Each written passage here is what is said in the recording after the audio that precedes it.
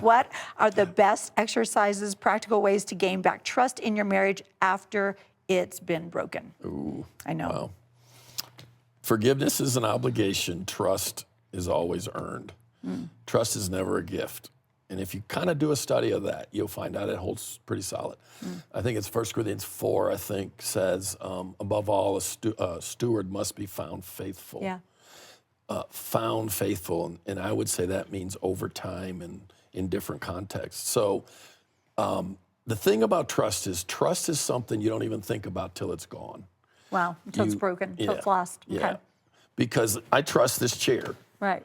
Until I went over to another chair and it broke and I fell. But I trust the chair just because I don't even think about it. But once it breaks, I don't care how many times you tell me, oh no, we fixed it. I'm gonna choose a different chair probably. And with marital challenges to trust,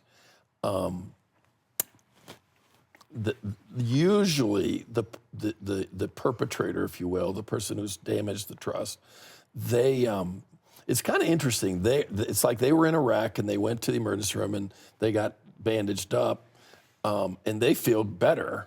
Right. Well, the other person is in the wreck with them, and they're the ones who got run over by the truck, and they're not feeling so great. Right. And the other one's like, well, come on, man, you've forgiven me, haven't you? And let's get back to normal. Well, here's whatever. I hate to have to say some of this stuff, but trust is such an elemental part of a relationship that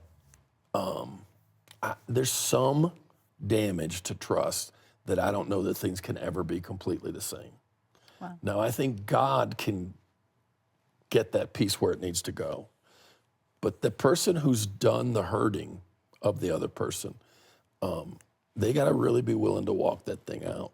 So one of the worst things they could possibly do is, why don't you trust me?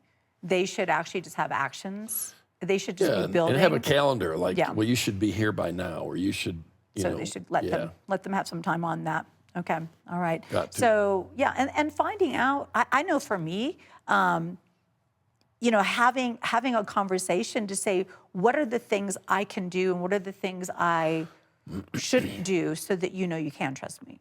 So lots of conversations. Lots of conversations. So for a wife, if her husband has a problem with internet pornography, okay, let's have the laptop in the kitchen or something like that to put some boundaries and so that there can be constructive. And if the husband's like, no, you're not going to make me do that, then immediately she's going to be like, I can't that's trust a you. major warning sign. Yeah. And I think a lot of times I don't necessarily mean like a professional counselor, although that sometimes is needed, but sometimes a third party that can kind of buffer that accountability, and it not be quite as much of a hot potato all the time.